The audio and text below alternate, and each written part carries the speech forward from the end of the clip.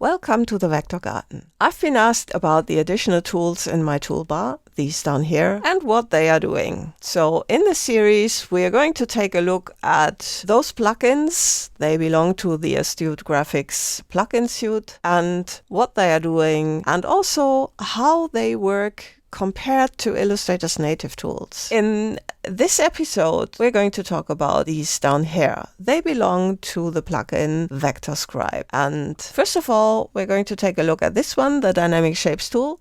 And to compare this to Illustrator, let's first take a look at the native comparable tools, which is the shape tools up here. And then we've got those here, but those are Illustrator's shapes. There are no more than that. And back when the VectorScribe tool was introduced, it was Astute Graphics' second plugin, which was back in 2012, I think. And at that time, those shapes were not live. So you were not able to later edit them and add more points to the stars or the like. This here was live from the beginning. I'm going to click it, and then you see we've got all those shapes, and it only has one tool.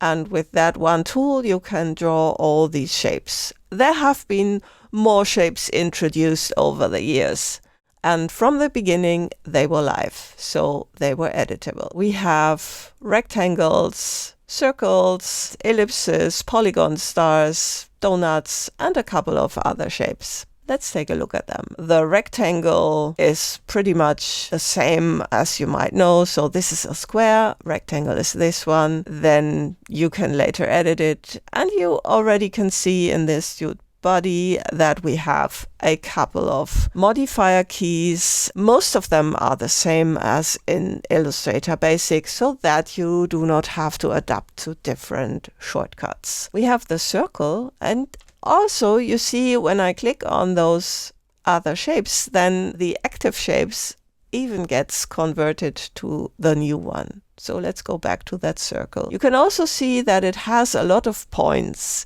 and that can be useful if you need to align those circles to something else. And you can also make a different set of segments on it so that you have a different number of points.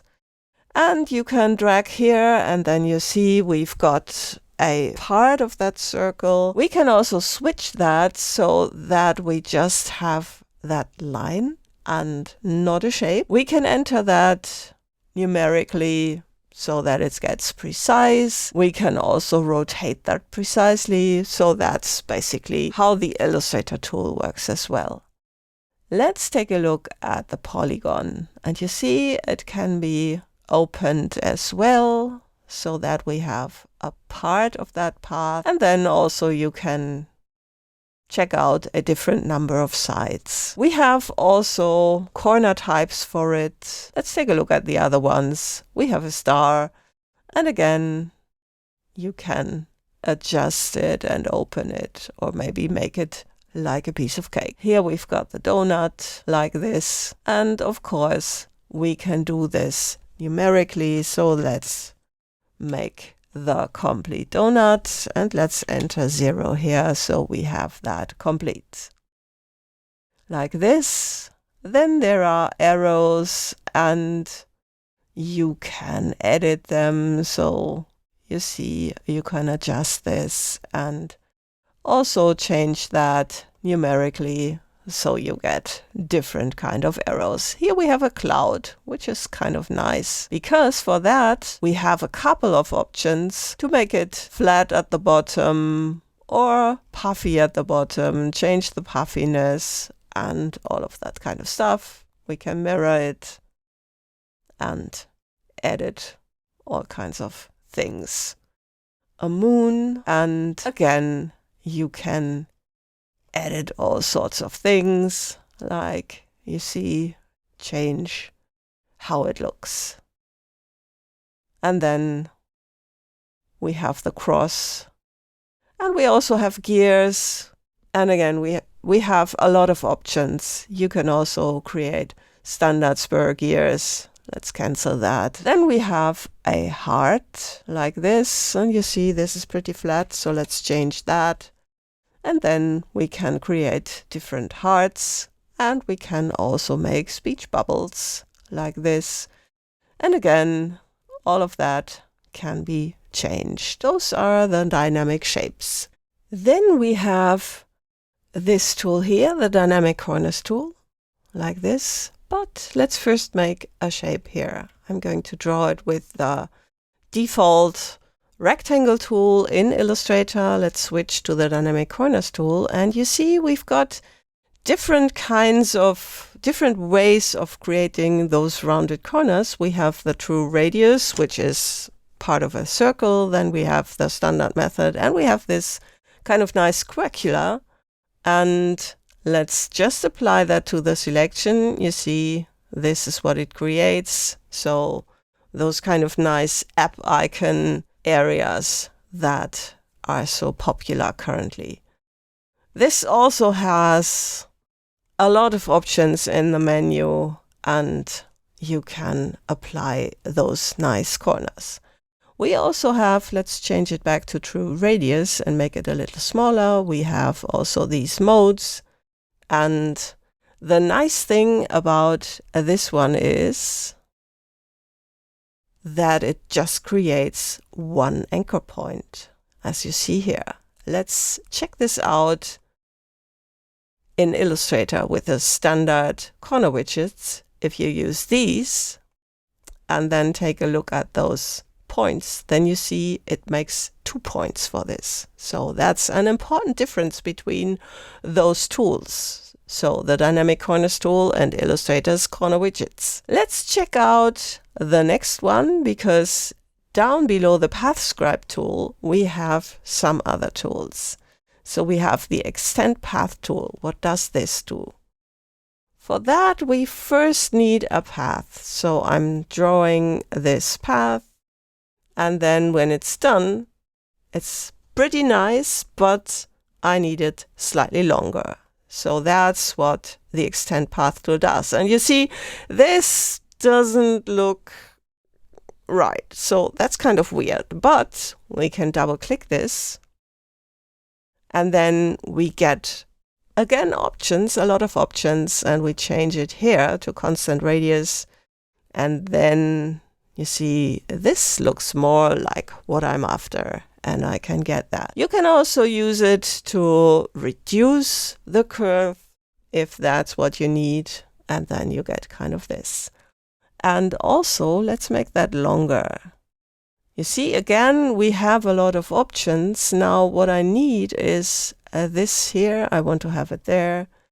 And as you can see, we can toggle intersections. So this is that. So when you meet another path, it tells you that and snaps to it, which is, of course, also nice.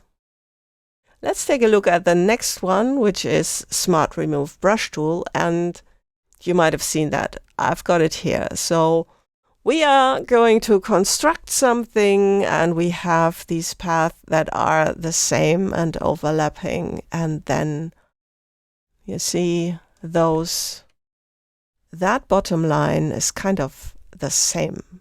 So when you use Pathfinder operations on that, what you get is this in some areas. And reducing that can get a pain. So let's take a look at this tool here, Smart Remove Brush Tool.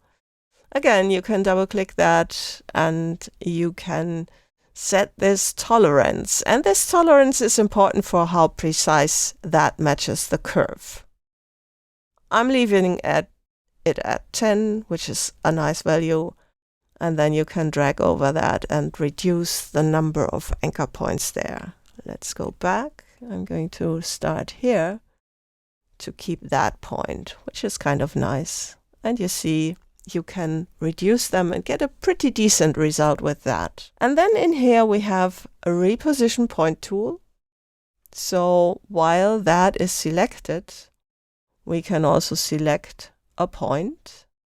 And you see, we can move it and it snaps here or there, which is sometimes important when you need to snap it to other paths or other curves, or when you need that for certain things in lettering or font design. So then you can move that along. And then there's the last tool, the last but one, because we do not discuss this one here.